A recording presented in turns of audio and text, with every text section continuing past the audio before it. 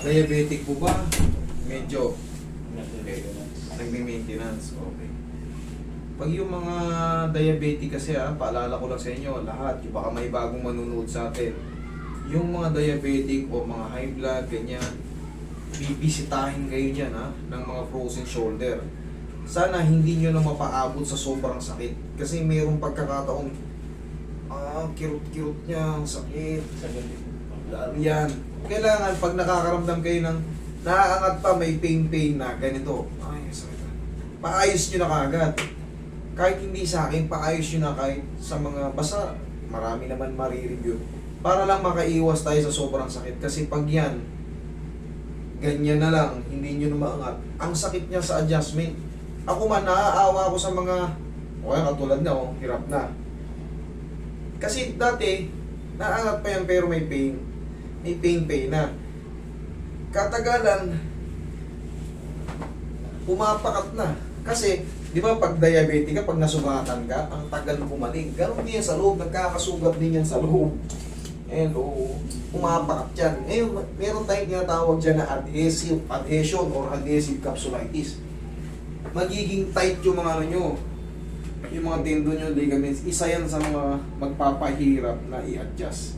Kaya, ulitin ko lang, binibilin ko sa inyo, pagka kayo ay diabetic, pag nakakaramdam na kayo ng mga shoulder pain, 1 linggo, 2 linggo, pakibisan nyo na agad. Kasi aabot kayo talaga sa sukdulan na hindi nyo na maangat.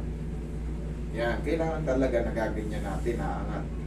O itong kaliwa. Okay. Ayaw na. Para nakatukot na. Diba? Yung iba, baka bago pa lang talaga nakakapanood ng ganito. Baka matahimik tong video nyo sa akin. Baka nanay nyo, may ganito, tatay nyo, lolo nyo, diabetic. Pakibisan nyo agad. Huwag yung patagalin kasi aabot talaga to sa masakit na pagkakataon. Relax na.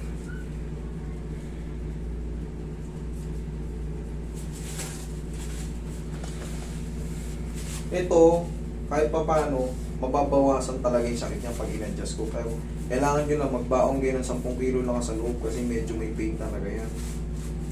Tapos, hindi man siya ma-perfect maangat, pero mamaya gabi pwede nyo nang itulog ng nadililan yan, pwede nang matabig ng malakas. Yan ang magiging changes niyan. Okay, relax na.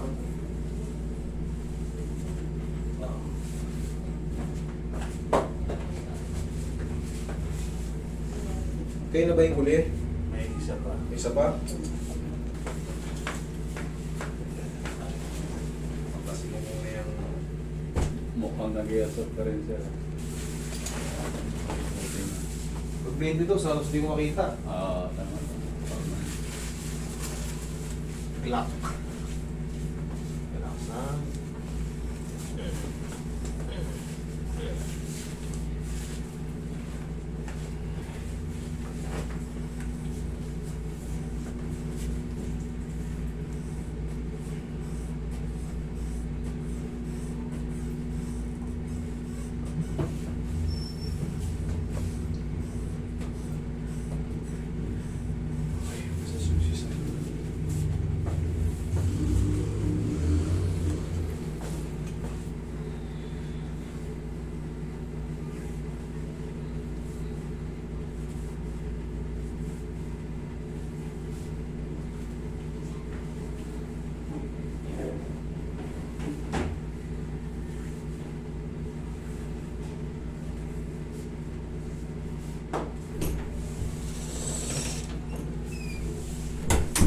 Kaya ka, sir.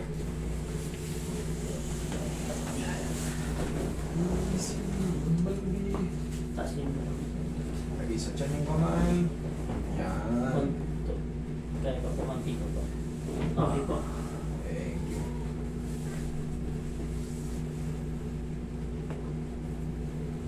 Relax na. Inhale. Exhale. Dalawa na. In a few seconds.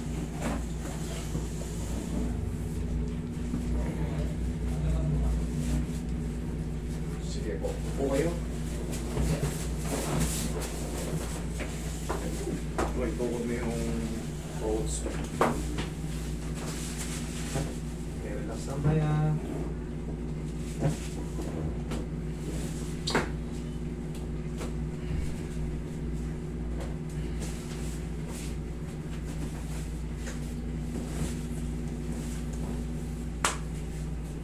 Relax lang ha. Relax lang. Kaya niya. Like that. Sigaw nyo lang ng tarna. Yan. Kaya? Sigaw mo lang. Mayroon pang isa. Last na to. Okay lang tayo? Kaya yun. Okay ha. Kaya yan. Nakapagbaho na ito ng Kaysa sabon. magtitis tayo ng matagal. Correct. Thank you. Sige, sigaw mo lang.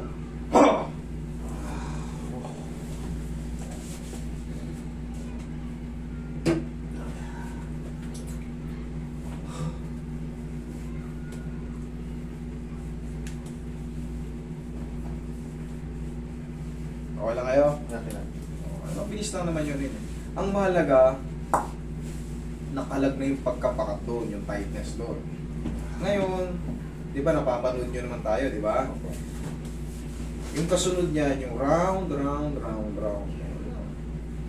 Kailangan nyo lang nun. Para sa susunod na mga araw, maluwag na yan. Sipagan nyo lang magaganito. Yan. Kaya naman, di ba, tay? Kaya. Okay. Basta ganyan-ganyan nyo lang, malaking bagay yan. Hindi nyo mapapansin ba? Taas na.